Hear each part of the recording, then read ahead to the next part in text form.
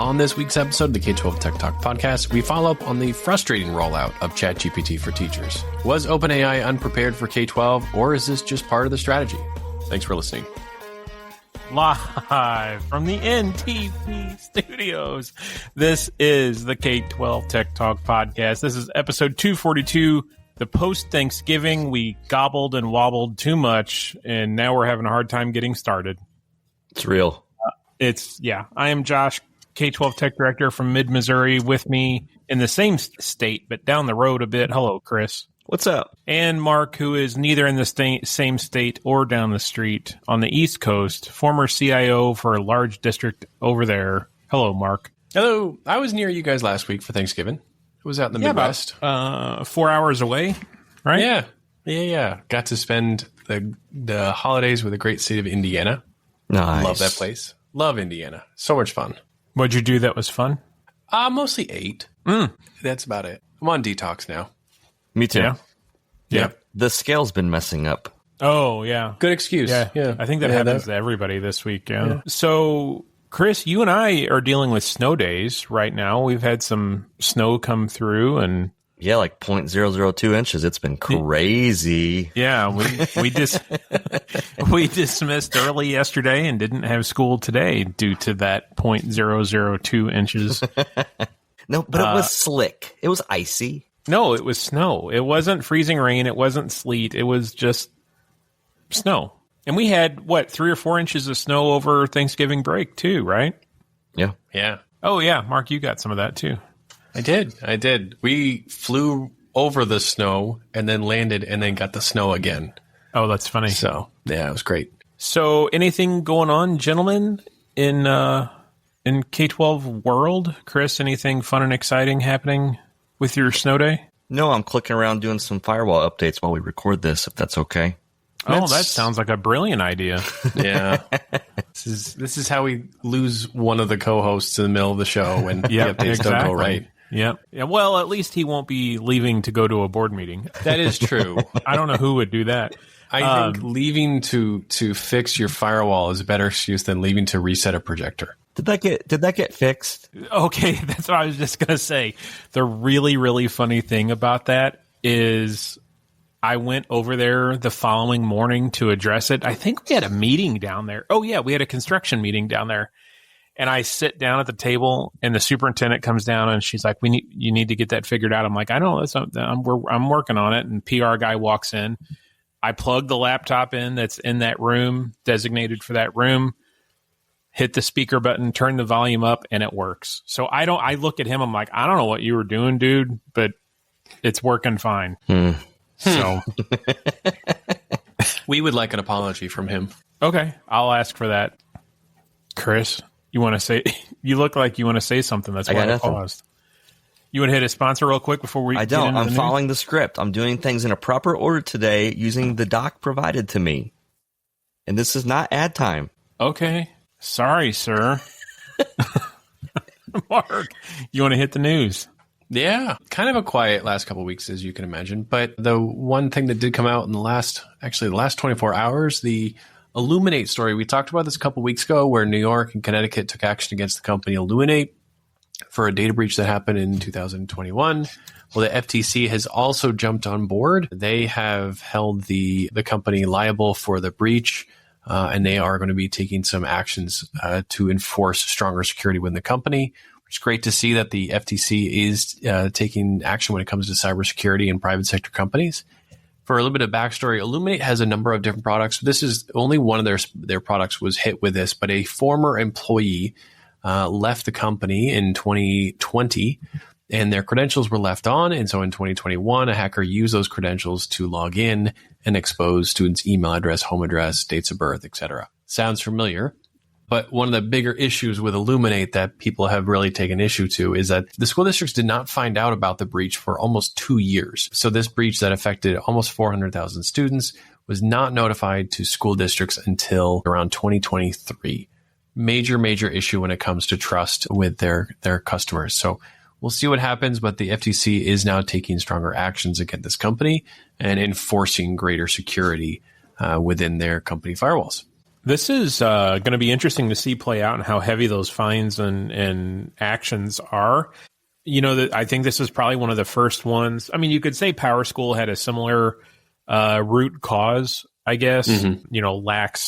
Lax controls. It'll be interesting to see if the FTC picks up any complaints related to Power School in the same vein. But this could set a trend. Like if they're going to actually start doing this, we may see some companies actually put some effort into preparedness and restrictions and rules. It'll be interesting to see this play out. The thing that strikes me as interesting about this is a conversation we had a couple weeks ago where it was all about Google taking action to disable and delete inactive accounts. Do you remember this conversation? Yeah.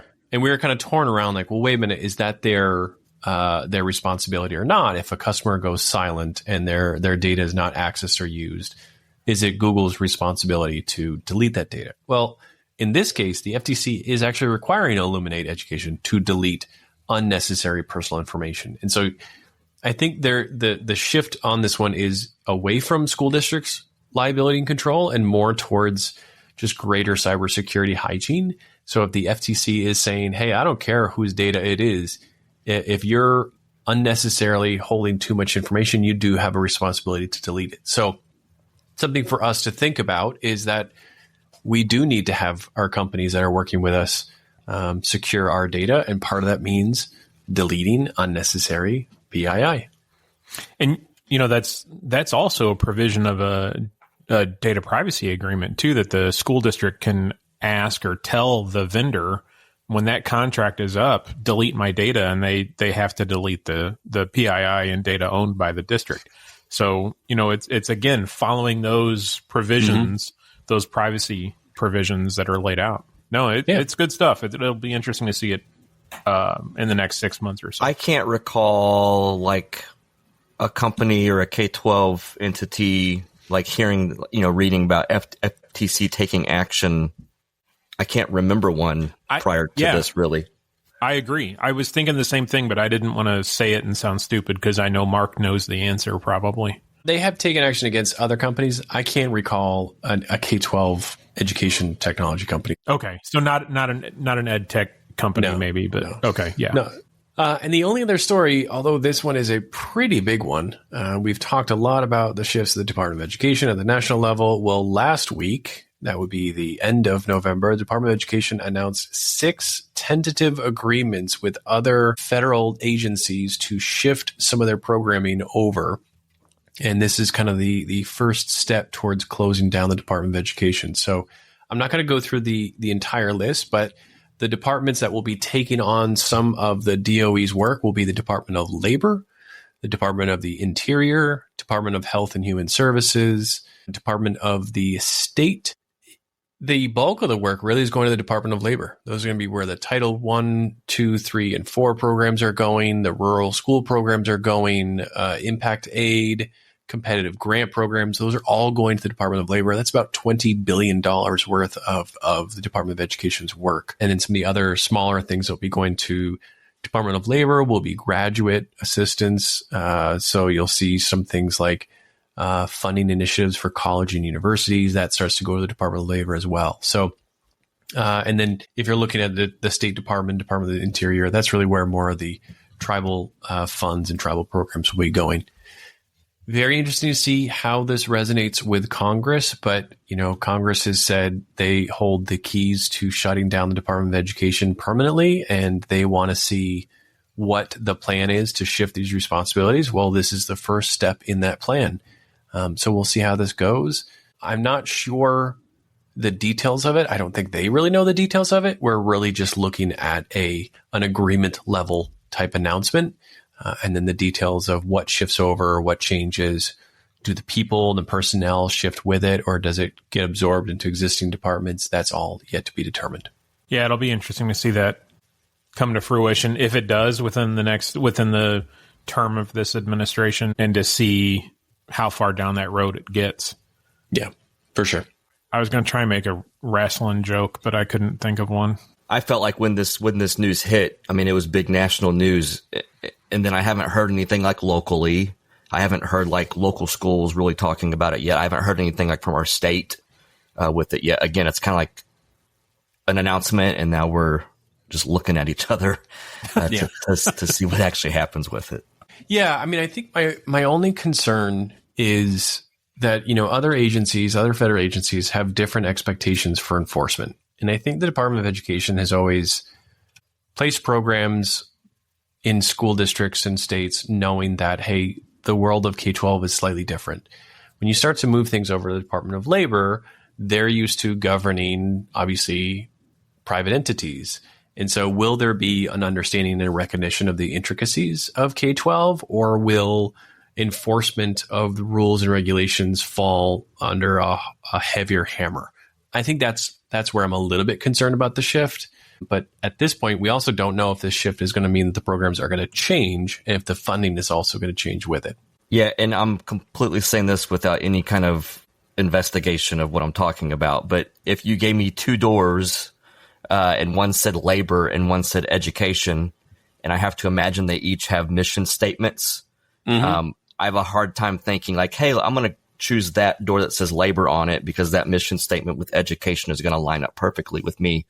So again, that trickle down effect, it's hard to see this big picture of how the Department of Labor is going to have education in public schools and students and teachers as a priority as the Department of Education did. Well, and to play devil's advocate there too, Department of Labor at the federal level is not the Department of Labor at the state level. Like there are state departments of labor. So you're shifting that if you want to call it bureaucracy, you're still shifting it to an agency that has a federal level and a state level. You're not necessarily using that phrase of giving the power back to the state. You're still managing that at a federal level in a federal agency that then trickles down to the state level agency. So I don't know. It's hard though. I mean, when you look at like the title funding, so teacher professional development, I agree that makes perfect sense to talk to the State Department or the Labor Department around, how are we developing our workforce? And so when you've got Title II funding for teacher PD, it makes total sense that the Labor Department would pick that up. But when you look into funding for English language learners, for low-income families, low-income students, I just get a little bit worried that that's a little bit, to your point, Chris, it's a little far away from the Labor Department's mission. And, I hate to say it, but like, what does the Labor Department know about educating students? You could say the same thing about the Federal Education Department, but at least you have an agency that's dedicated towards that like-minded goal and mission. And so we will see. Yeah, interesting. That's it. That's all I got for the news. It's a very, very slow week with the Thanksgiving break. Now, Chris. Yes, I'm ready. We have a new sponsor that's going to hang out with us for a couple months. It's Meter, Meter. They deliver full stack networking infrastructure, your wired, your wireless, even cellular, if you want to get into that. They already do that at enterprise and business sector. They want to do more into K-12 and with school districts. They can work with the partners that you already use. They'll help you design, deploy, manage your stuff so that you have secure connectivity. They can help you design your hardware. They can help you with firmware, build your software, manage deployments, run support. It's all integrated together. They can help you figure out what ISP you should go with, your security, your routing, all that good stuff. So check out Meter, meter.com/K12 Tech Talk. That's Meter, meter.com/K12 Tech Talk. You can get a demo with them, check them out, learn more. So our big topic for the week, I guess, is kind of an update on the ChatGPT for Teachers rollout from OpenAI. Boo! I heard you guys talked about it last week while I was running to my board meeting. So this, I'm going to say this, and it's going to sound like I am bagging on OpenAI, but I'm really not. It's just an observation. So Sam Altman, if you're listening, we'd still love to have you on here. The rollout has been a disaster. That was heavy. Temper it just a little bit, Josh. Trash. Little lighter. Little lighter. Does it go easy? Dumpster fire.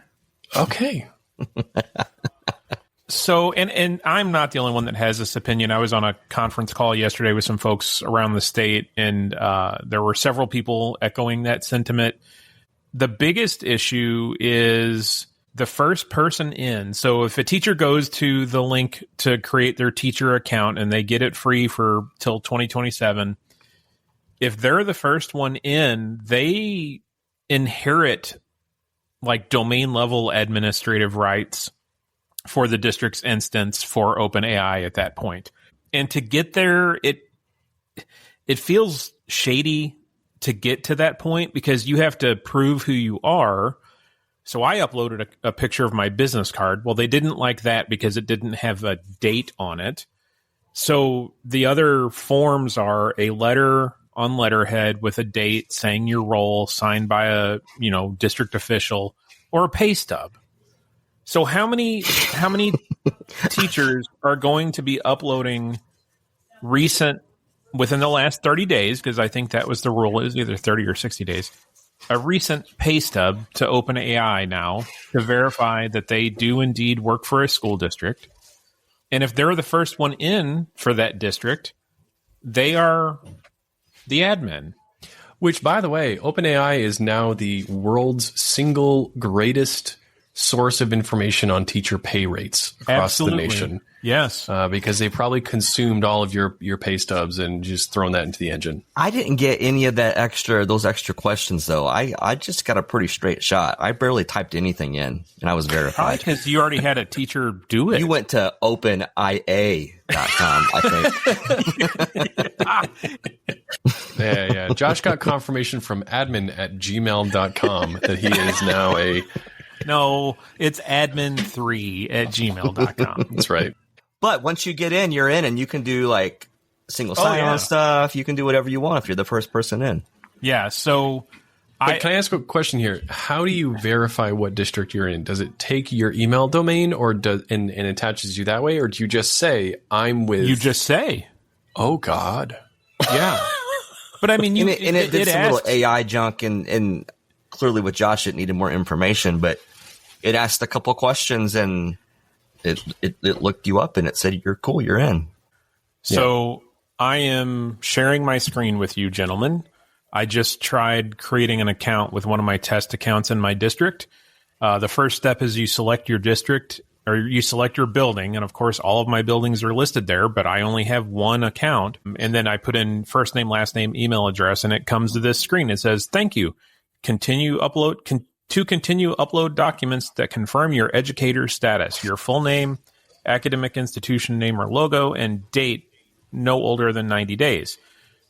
Those items include official letter, teacher ID, pay stub from the last 90 days. All files must be JPEG or PDF. The pay stub just makes me throw up in my mouth. Yeah. Mm-hmm. Yep. I didn't get that. And I honestly, the silence we just felt, Mark, I know you usually suppress the silence sometimes to make our conversations flow better, but that's real. That's pretty heavy. I'm more curious as to why you weren't prompted for that, Chris. Agree. Because this is the same thing I got when I tried creating my account. Yeah, this is what I went through as well. Now, it says they use a service called Sheer ID. I don't know anything about them. Sheer ID, I've known them for like teacher discount type stuff. So let's say you're buying something from an online retailer and you need to confirm that you are a teacher. Sheer ID, I don't know how they work specifically, but they have some sort of mechanism to verify that you're an educator. I don't think, though, that they are going deeper into roles and responsibilities. So a custodian, a teacher, right, a teacher's aide, student teacher, I don't think they really know that level of detail. And I would argue that there is nobody out there outside of a school district that would be able to accurately say that. So I think Sheer ID is simply saying you are an active employee of said domain, period. Yeah, Crazy. strange. Yeah, so your mileage may vary on if you try to create an account, and you may not be prompted for your pay stub, or you might be. I haven't seen verification like that in 10 years. I mean, there were definitely applications where we struggle with like, oh no, this one third grade teacher is the district admin for this curriculum app. But that was 10 years ago. Why are we going back to that idea that the first person in is your admin? All right, so you've uploaded your pay stub or something else to get in. You're into the district. Fingers crossed you are the first person into your district to claim admin rights. What if you're not the admin, Josh? Then what? So I wasn't. I had to create. I bet you love that. How angry were you? Please. I wasn't bad. It wasn't bad because the teacher that it wasn't bad. You were angry. Admit it. It was Tuesday before Thanksgiving break. There wasn't a whole lot that was going to work me up besides, a kid figuring out how to get around the proxy and then calling me dude whenever I was asking him about it. I had to create a new workspace for the district level because the teacher that called me, he told on himself, whatever you want to call it. He's like, I created one for the building and I've got like all this admin rights and people that are joining my building. I'm like, okay. So I had to create a new workspace for the district level. I then had admin rights over that workspace, which I assume then that teacher that created it at that building level still has admin rights over that building level.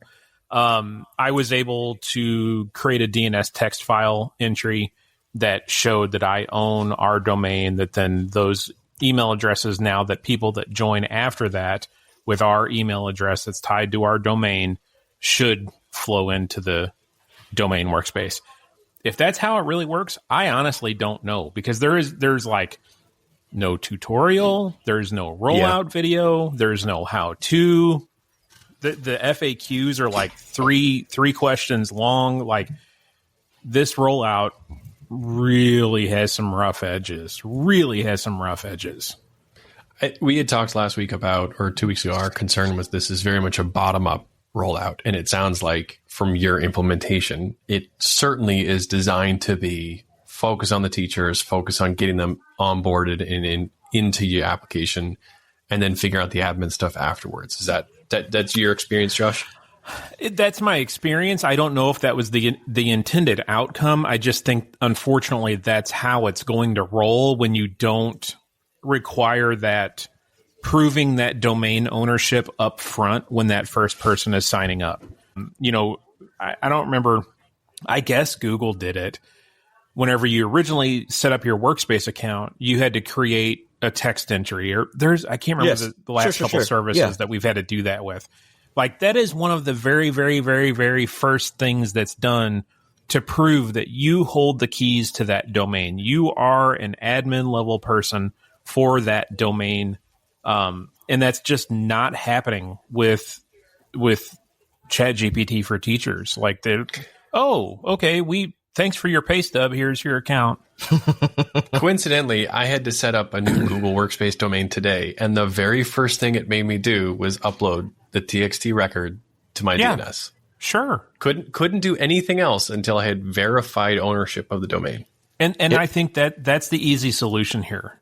Sam Altman, change that. Like, because it feels like the whole like, oh, let's get the teachers signed up. Oh, the tech person wants to get involved. Okay, here's that step. Hey, let's make them click a couple of things until they can get to that. Because even on like the Missouri Discord that we hang out in, Josh, there was discussion about finding the link that had the instructions on how to do this thing. Yeah. Again, that should be the first thing that pops up. That should be. This is a part of initial setup. Yes, initial setup. If you can't upload the text file for DNS, it stops. You have to wait. Call your IT director, have them do it first. Then you're welcome to come back. Well, new to the table, ChatGPT is welcome to secure by design. That's what we want, right? Yeah. We want things to be set up properly at the very beginning, not put together, as we're going. I laughed. I did a screenshot as I was signing up. There was a link to student data privacy. Cool. Clicked it. It went to a 404 broken link page. And could you find it if you clicked around? Yes, it clearly just was a bad link, but man, that it wasn't a great first experience getting going with this. Yeah. So, okay, let's go back here for a second. So you had a teacher who had already claimed admin rights. A building, yes. A building. Once you had verified your DNS record, does ChatGPT now know that you are the admin? of the building that I created. I don't think I have admin rights to the building that teacher created. I'm a member because he invited me to that building. Because that was some discussion too about who could delete who, like workspaces. Yeah. Yes, because they're called workspaces. Can you see? Wait a minute. Here's an important question. Can you, as the admin of that workspace, can you see activity, prompts, chats within that workspace? I don't think so. Okay. There was another friend of ours that was playing with that, and he did not find a way to see prompts from other individuals. Because when you create that account, you get your personal workspace, which is the stripped down GPT model. Right. But then if you move to one of the district resources, you get the full ChatGPT version. Because that's where I'd be very nervous, is if some random person in your district claimed your domain. Oh, yeah. And then had access to see what everybody else is doing. Yeah. That's a huge issue. Well, this is going well. Well, am I wrong on this, Josh? I don't think it was talked about. If you weren't first, you didn't know who was first. Correct. You just had to go about the steps to, take verification ownership. But it's not like you go track down the person. Yeah. See, this is messed up. It was instantly reach out to support, because I am not an owner of that building's workspace. The original teacher is still the owner of the workspace. And I don't know that there is a way to change ownership. I've talked to a few district leaders, and one superintendent just said, hands down, I will not even encourage my teachers to try this out until I know what the price is going to be. Yeah. And OpenAI has been very, very mysterious about what the pricing will be. This is an 18-month trial, which I've never seen an 18-month trial. And then they'll tell us what pricing is afterwards. And so this superintendent said, well, if the consumer account is $20, $25 a month, I'm not going to encourage teachers to go into something that I know I cannot afford at the end of this game. Yeah. So, okay. So what would that affordable level be? Knowing that the consumer account is 20-ish bucks a month, I don't even think $10 a month is affordable for districts. I mean, you're down to that $4 or $5 range, which puts you in the same realm as other LLMs that have a much more robust offering for student tools, study tools, it not just a teacher focus. So does that mean you're dropping down even lower than that $4 to $5 a month range? It's hard. And if you look at how companies price things, it all depends on, is this per user? Is this, or for this one for a classroom or one for a school license, that kind of thing. So I think it all depends on, are they marketing this for just teachers to use? Are they encouraging students to use this at the same time? That will drive their pricing in one direction or another. But without knowing what the pricing is going to be 18 months from now, I wouldn't encourage anybody to go full deep into a pilot that you don't know if you can even afford at the end of it. I think that's their strategy too. Honestly, I think their strategy is, let's get as many teachers as we possibly can into this, get as much of a market share as possible, and then we'll figure out pricing based on that. But schools have wisened up to that. Yeah. I did see the articles posted today, and I didn't think about it till this, but how OpenAI declares code red as Google and rivals threaten the AI lead. I was just reading that. That begs a bigger picture question. Did they push the button early on this thing because they're playing catch up in schools with teachers now? It feels rushed. So, was it rushed because they declared code red? Hey, we got to catch up. For the record, we've not really been on air frustrated for a while together looking at something. Correct? Yeah, we usually have opinions and we banter, but we are experiencing real emotion towards ChatGPT as we record. Well, okay, so let's take a step back here. Is this the symptom of OpenAI not understanding K-12 and the intricacies of it, or is this intentional? for OpenAI to grab as many teacher accounts as possible and then figure out a district strategy later. Because that right there is a very common strategy within K-12, is to get teachers and students to use your platform and then bring in a more paid product for districts. You can gobble up small school, private school without tech departments. You can roll hard with the current implementation. I mean, there's no checks here. Because the problem with that, though, is if you then sell professional ChatGPT to schools, you have a district offering, you also need a way to clean up the mess that was just created with everybody creating their own workspaces. So my hope is if this is the strategy to upsell to a district, that you have a mechanism to clean this all up.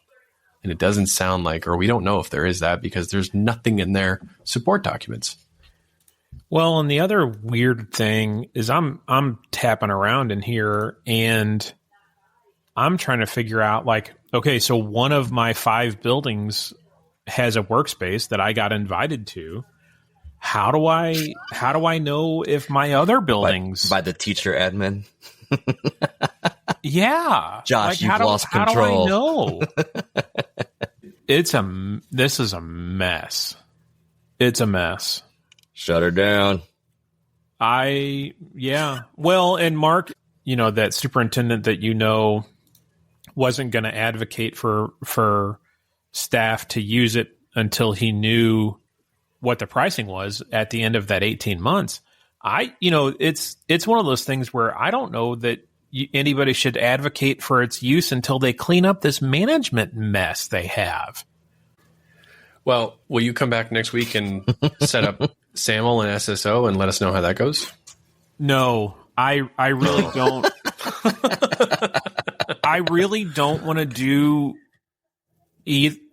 either of that, because then it looks like it's an accepted advocated use. If we set up SAML, you know what I mean? Like if I go out of my way to set up SAML and SSO, then that's what we do for our supported applications and our official applications. So this is the challenge. There's a lot of people listening to this saying, do I set this up? Do I go through the process and set up ChatGPT and secure the data and secure the usage? Or there we go. Do I leave it alone and not take ownership over it? I think that's where a lot of people are wrestling right now. I think you need to set it up and get your arms around it before another teacher does. Does that make sense? Well, you just said that you're not going to roster it, though, or you're not going to set up SSO. Yeah, but that's not going to prevent a teacher from going out and creating an account like I did. Like I had a teacher create an account. He's like doing like Jurassic Park, but the dinosaurs are out of the cage, but at least we know they're on the island. Got it. So, Josh, if I could read between the lines here, set up the TXT record in your DNS. Yes. And maybe even claim every one of your buildings. Okay. And then after that, may or maybe not set up SSO. Yeah. Claim ownership of the Jurassic Park island. Yes. Okay. We'll figure out the cages later. Got it. Mark, if you could put the music, the theme song on it right around now. Got it. That would be great. So we want to talk about the events that we have coming up. Start to mark your calendars for these things. But these are made possible because of our listeners and because of sponsors like Extreme. You can email Extreme Networks at dmayer@extremenetworks.com. That's our friend Dominic over there. Fortinet.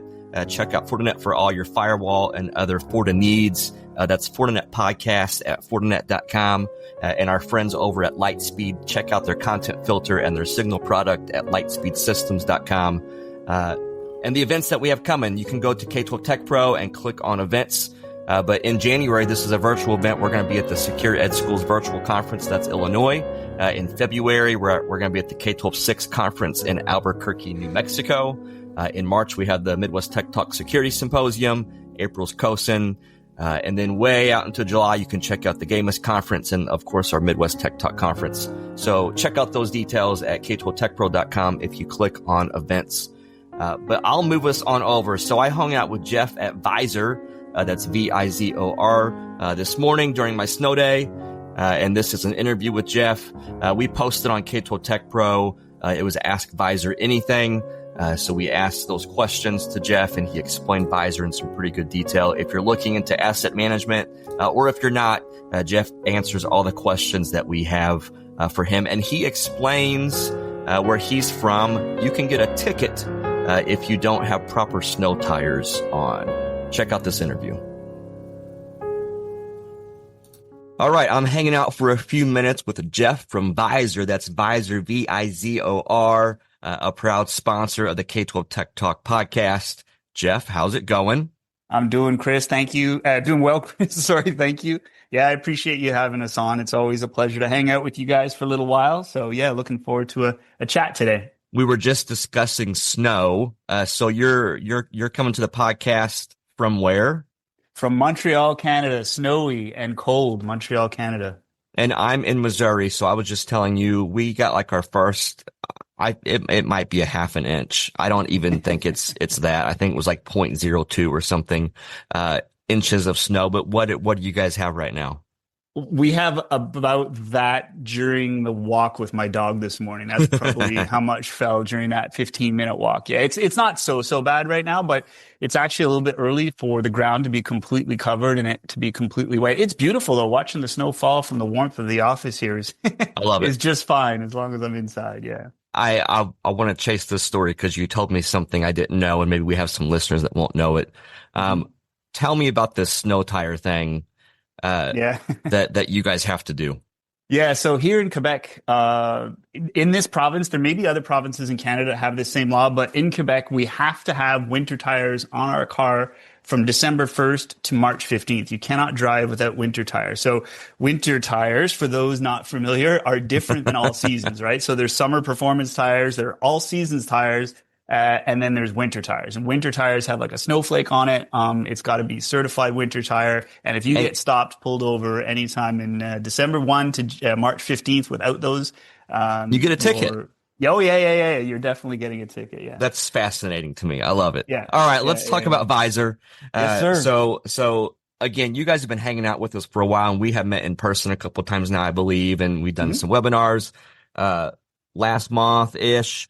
We did Hayden's hot deal on K12 Tech Pro with Vizor. So we did this post on K12 Tech Pro. It was Ask Vizor Anything, and got some feedback from that. So I want to drill you with a couple different questions. Yeah. And let's just explore Vizor. I always think on the podcast we probably do an okay job with explaining our sponsors. So this is an opportunity for you to clear the air.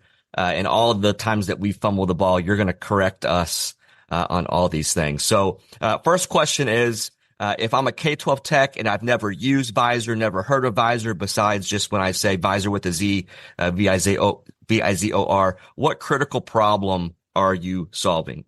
Yeah. So overall, I think the critical problem, if I, purposely leaving an S off problem there, just having, a single repository with all the information that you need in order to make fully informed decisions regarding your management of your student devices primarily, but all of your IT assets. So unpacking that a little bit, Chris, I think that kind of allows, Vizor's a digital platform ultimately that supports the management of processes through automation. So the processes around managing IT assets, whether you have a digital platform or not, you have some process in place. Yep. You get the devices in students' hands.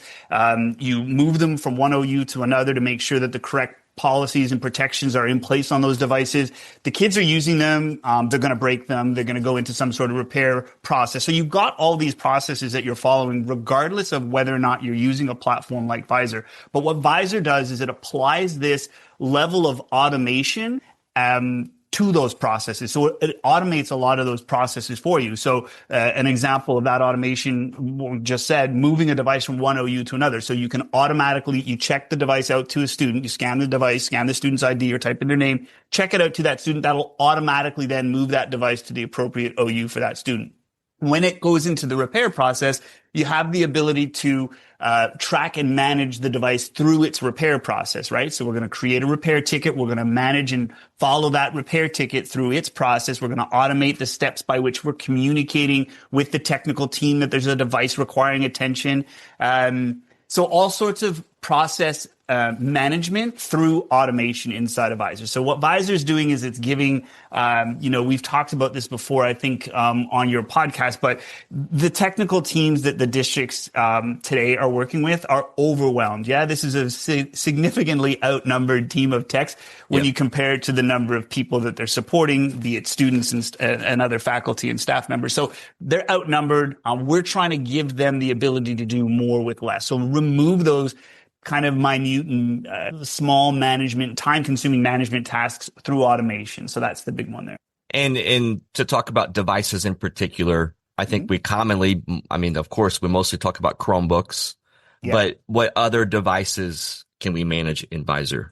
Yeah, that's a good one. So certainly we do focus on Chromebooks. So our partnership with Google for Education, our very, very significant integration with the Google Admin Console. The reason for this sort of tight integration and this focus is because student devices typically represent the largest asset type in any school district, right? And most school districts are using Chromebooks, and so that's why the focus. But with Vizor, you also have the ability to leverage that process automation and the management capabilities to manage other asset types as well. So not just student devices and certainly not just Chromebooks, but other computing devices, other network devices, lab equipment, digital whiteboards, TV screens, projectors, right down to things like consumables. So desks, chairs, screens, keys, like literally anything. There's school districts that are using Vizor to track things like their medical kits inside of classrooms. I was going to say, what's the most interesting thing is being tracked? Would you say medical kits?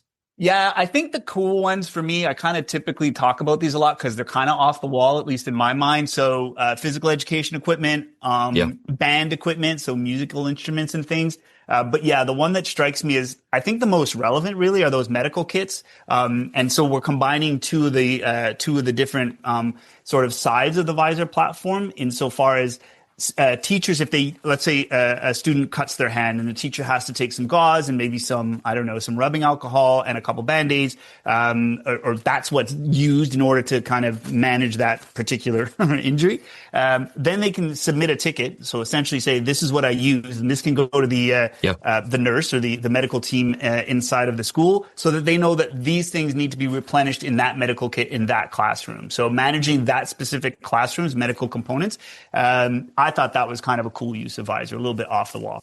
Yeah, for sure. Like, I think we easily put Vizor in the corner of, I almost want to just say Chromebook management. Yeah. If you just ask someone that knows a little bit about Vizor, that's what they would say. Mm-hmm. And you're going to primarily use it for your tech department management, I imagine. Yes. That's the greatest use case. But cool to chase a little rabbit and think about, here's also these other things that we could use it for.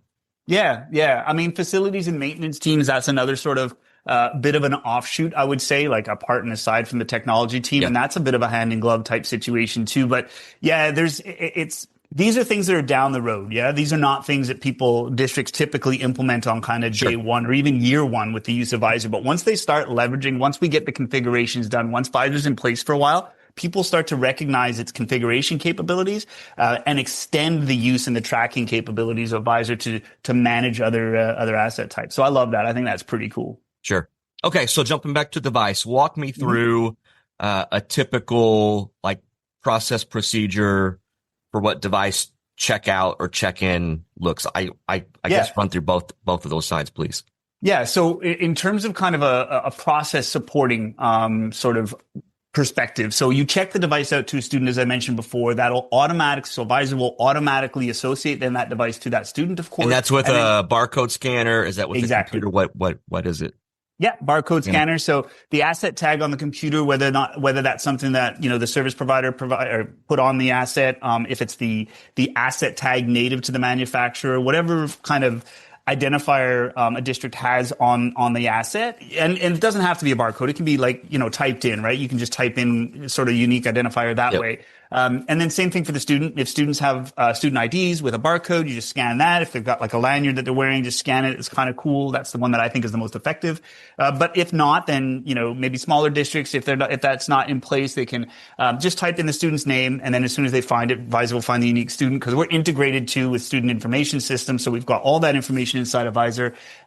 You click checkout, and that will automatically move that device, again, associate to the student, but move that device to the appropriate OU. And that can be based on, the student's OU or the grade level OU or the school OU or the classroom OU, whatever the OU structure is. It's going to move it to the appropriate OU. So that sort of process then gets automated. Nobody has to inform the technology team that this has happened. Nobody has to go physically into the Google Admin Console to move that device to the appropriate OU. So that's just sort of scratching the surface of one instance, the beginning essentially of the process. Actually, the very beginning would be enrollment and ZTE and having pre-provisioned devices and all that stuff that Vizor is participating in as well.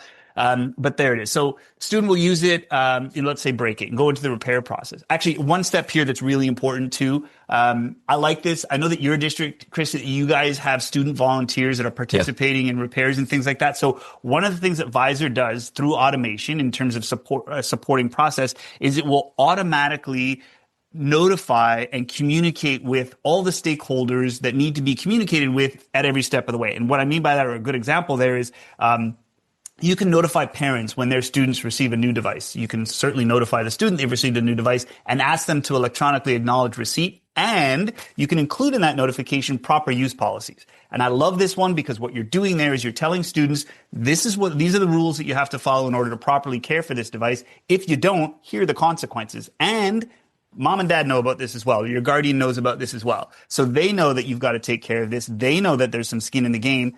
This there's clear evidence that this alone, this communication, automated communication, lowers the number of tickets that school districts face without this level of communication. So if you're informing students of this through automation, again, the tech team doesn't have to do anything other than write the template and then set Vizor to send that out at whatever interval. So when they receive a new device or if a loaner device is not brought back on time, Vizor will automatically notify the parents, the technical team, the student, hey, that device needs to be brought back.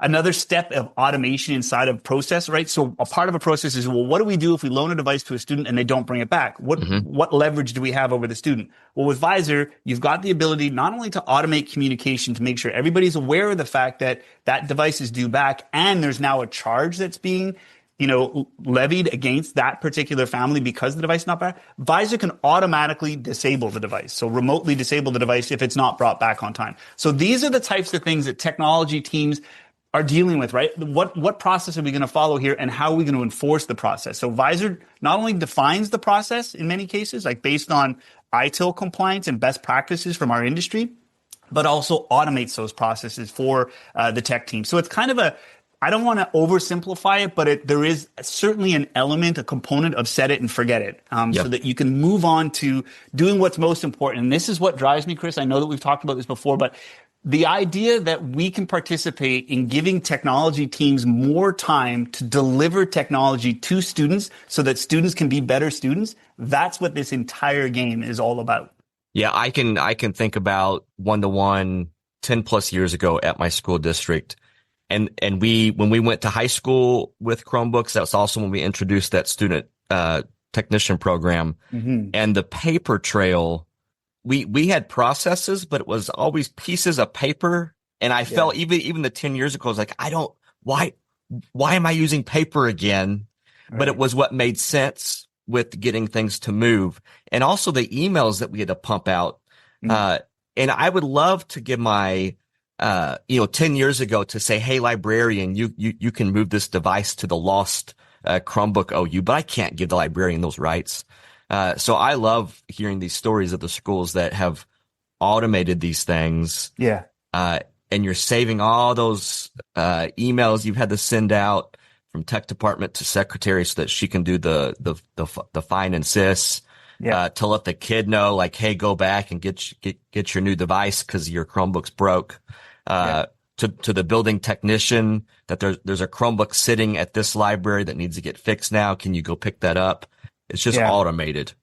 And there's so many gaps in there, right, Chris? Like everything that you just said represents a gap through which kind of the device itself, if not the story of the device, can fall through. So having a digital platform in place kind of fills those gaps as well. I love that. Yeah.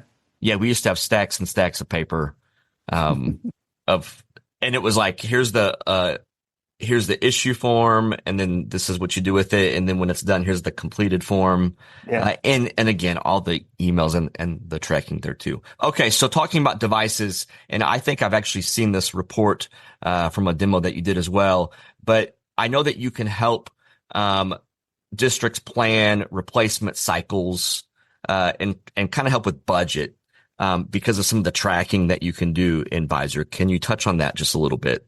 Yeah. So I think probably what we're referring to here is the fact that Vizor's tracking end of life for devices, right? So the moment a device is purchased, actually starting with that, so the device is purchased. If there's a funding source that's used to purchase that device, Vizor's tracking that. Vizor, through integration with manufacturer APIs, can automatically import and track warranty information about devices. So you'll always know what part of your fleet is under warranty. If there's a portion of the estate that's coming up for warranty expiration. So Vizor will notify tech teams of that. And in fact, tech teams have the ability to set the parameters for notification, so they can notify themselves or remind themselves as often or as many times as they'd like. So at the 12-month period, 6 months, maybe 2 weeks, whatever, 1 week, 1 day, before either end of life or warranty expiration. So those are two things that really help with forecasting and budgeting requirements. So knowing that there's 500 devices that are coming up to end of life in the next 12 months, we need to either apply for some funding for this, or or just set aside some budget and get some budget allocation. The other one cool there in terms of funding source is that Vizor can help quickly and easily facilitate or fulfill audit obligations, right? And so if you're being audited by a funding source, because of the fact that Visor's tracking those funding sources, you can produce a report very quickly identifying all assets that were purchased with a specific funding source and how many are still active in the environment, how many maybe are lost or stolen, or, when is their warranty going to expire, when is their end of life going to occur. So all of the information that you would need about the devices that were purchased with that funding source is available through Vizor as well. I like it. Mm-hmm. Are there other, I guess I call it can't live without features? Are there a couple that you'd like to mention that you really think are a stick out that folks use other than check in, check out? What else? I think, we talked about, we kind of touched on this a little bit, but one of the cool things just in terms of repairs. So there's certainly an entire side of the Vizor platform that focuses on repairs and repair management, as well as other help desk ticket types. So this is like similar to how Vizor focuses on Chromebooks, but can manage other assets. We certainly do focus on repair tickets, but we can manage help desk tickets of other kinds as well. But on the repair side, Vizor has the ability to automatically calculate the cost of a repair. And then Vizor can also be taught, essentially, during the implementation process, under what conditions do I charge this cost back to the end user? And if I do charge it back to the end user, how much of the cost am I charging back to the end user? So it's a pretty sophisticated engine. There's a lot of parameters that can be set in order to determine if and how much of a repair to be charged back to a student. So that's a pretty cool one. And once you have that kind of set it and forget it type scenario that I mentioned before, that becomes I think it would sort of it would be identified as a tough to live without once you've got that done, because it's managing that entire process for you. So the device comes in, we're notifying the tech, there's a repair process that's done. Even if it leaves the district, right, goes to a service provider, we're still calculating things, we're still tracking, we're still managing at that point. When it comes back into the environment, there's a determination that Vizor is going to make there, and then continue that process. So notify the family that there's now a charge, identify all of the different reasons for that charge. Include in a link in that notification, a link to your payment processing system so that the cycle can be completed. The payment processing system speaks back to Vizor, says the fee is now, negated. They've paid their fee. They've satisfied this debt. And then, you sort of move on. So you're tracking the debts, you're tracking the fees that are associated with students. So all kinds of different, like I say, supporting process through automation. Awesome. All right, I have a couple more questions that came from K12 Tech Pro members, and these are a little more detailed, so I kind of put them towards the end here. this person said, I'm looking for a solution that will allow asset inventory to be broken down by building and room. So I guess quickly answer that one. Is that a yes or no, building room? That's an absolute yes. Yeah. So through our concept of kind of role-based views, permissions, Vizor has the ability to identify exactly who has access to what. So you control everybody's access into Vizor. Okay. You can streamline it. People don't have to sort of search through different kind of areas of information. Okay. Then there's a couple follow-ups with this. I'd like for our users to be able to view an asset inventory of the room they are assigned to. So Yeah, can they move around folks as room changes happen?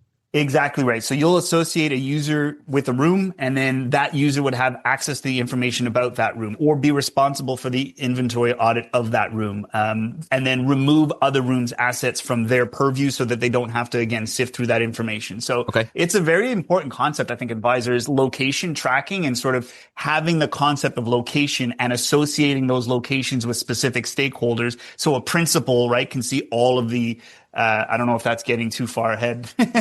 I'm anticipating maybe the rest of that, but there it is. You've got the ability to certainly manage information based on location. Yeah. Okay. Yeah. So then a follow-up. I'd love for principals to be able to view the asset inventory status of their entire building. Yeah. So that's great. So we're kind of moving up a level now, right? So a teacher might be responsible for a classroom, and then a principal for everything in that particular building, in their particular school. And then maybe the technical representative for all the middle schools would have access to all those. And then the tech director maybe has access, of course, to all the schools. So yes, absolutely. We would definitely, that's a very, very key, like I said, sort of principle inside of Vizor is that location, so that we're ensuring that people don't have access to things they shouldn't, nor have to go through information that's, irrelevant for them. And then it's live as changes take place. Is that correct?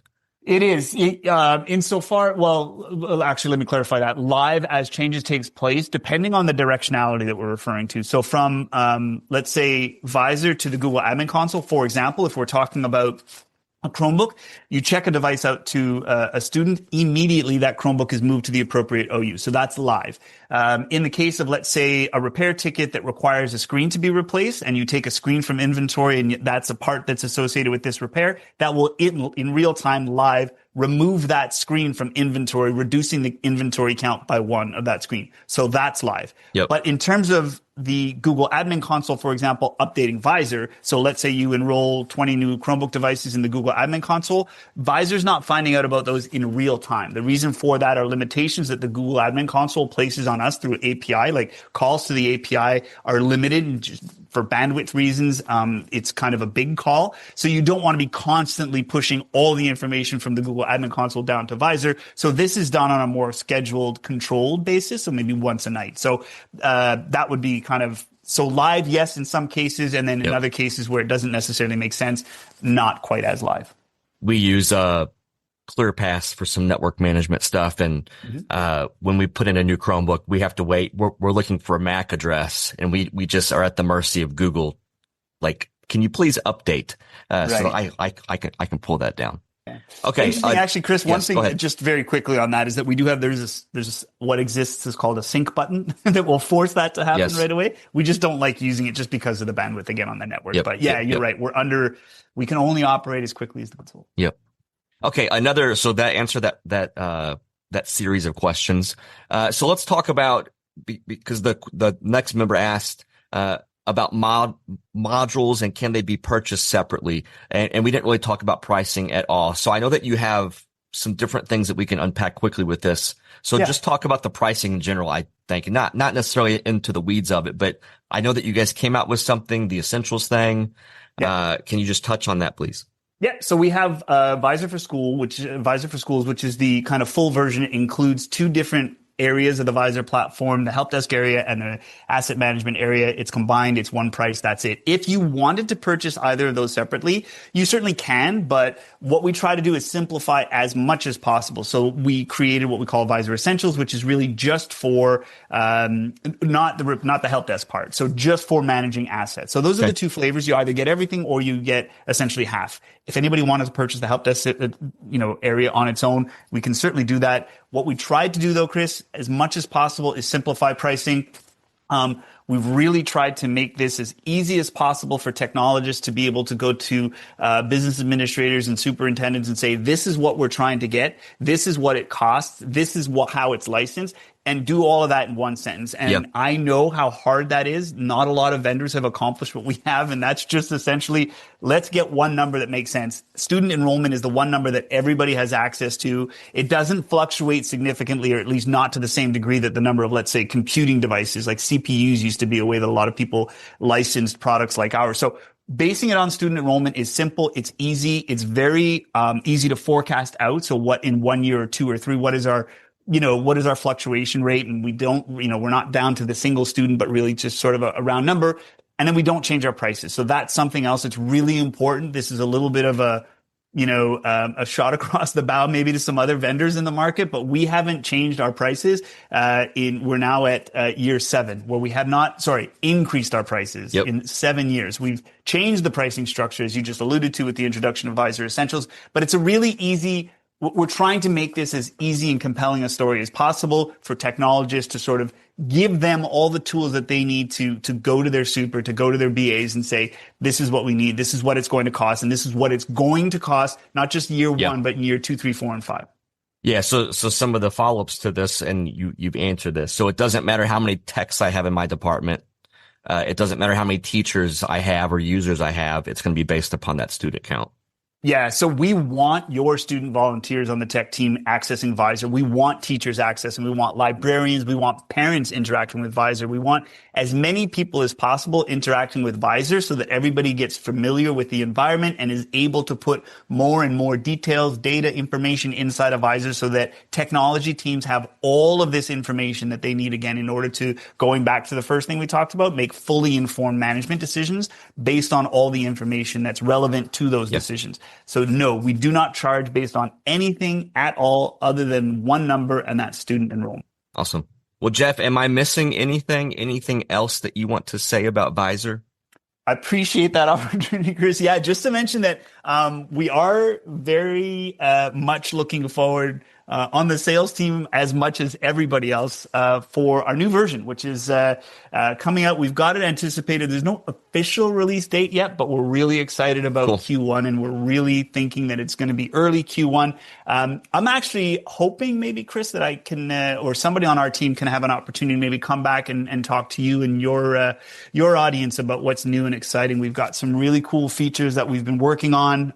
Innovation is a really big part of our landscape, obviously, and that's just based on customer feedback. That's something that really absolutely drives everything that we do. And, there's lots of feedback that we've received and we continue to receive. And I love that. And one of the big ones I'm excited about, just to sort of whet the appetite maybe, is we've got this really new and cool check-in, check-out process. So it's already, as I mentioned, kind of a pretty heavy hitter in our arsenal right now. But the team has done a really cool job. I had a sneak peek at it, a really cool job of speeding that process up. So less clicks. Awesome. I know that kind of sounds whatever, but for your audience, I think they'll appreciate the idea that 2 or 3 or 4 less clicks can have a huge difference when you're talking about checking devices out to hundreds or thousands or tens of thousands of students.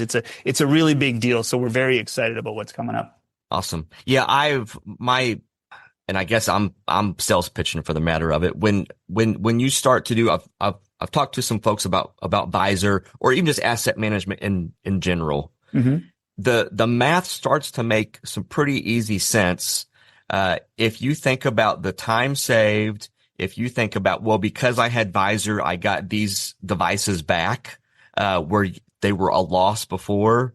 When you start to do that math, and in particular with Vizor, with the student count math, it starts to make sense, where you're breaking even or you're making some financial gain, because of what you can do with your system.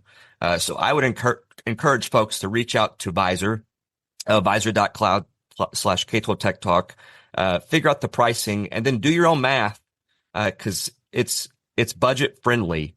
You can really get into the weeds of it, on, okay, if I can recover this amount of devices and I didn't normally do that, this is what's going to justify the cost for me to do this. If I'm saving time on clicks, and what my libraries are doing, what my student tech, system is doing, and I can get them to do some other things now that I've freed up time, Yeah. It's good stuff. So Yeah.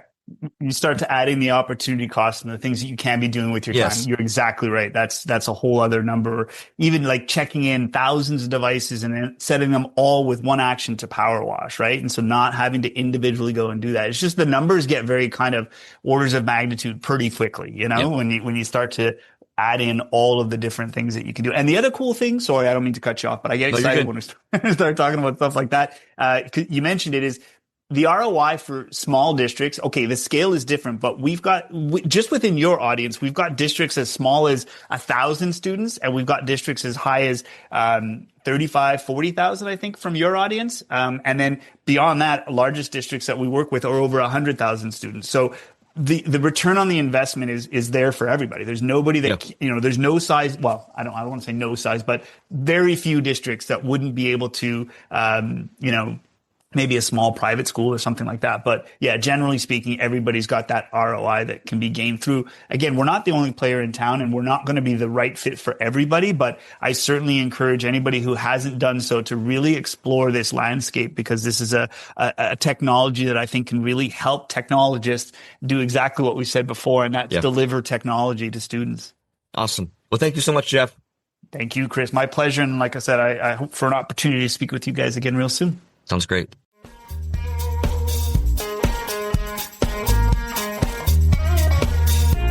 We might not be the same. You share the same pain that I do. The views and opinions expressed on the K12 Tech Talk podcast are the personal opinions of Josh, Chris, and Mark, and do not represent the views or opinions of our sponsors or other organizations that we're affiliated with. The material and information presented here is for general information and entertainment purposes only. Thanks for listening, and we'll see you next week. We were buying words about the phrase of the day and selling songs just as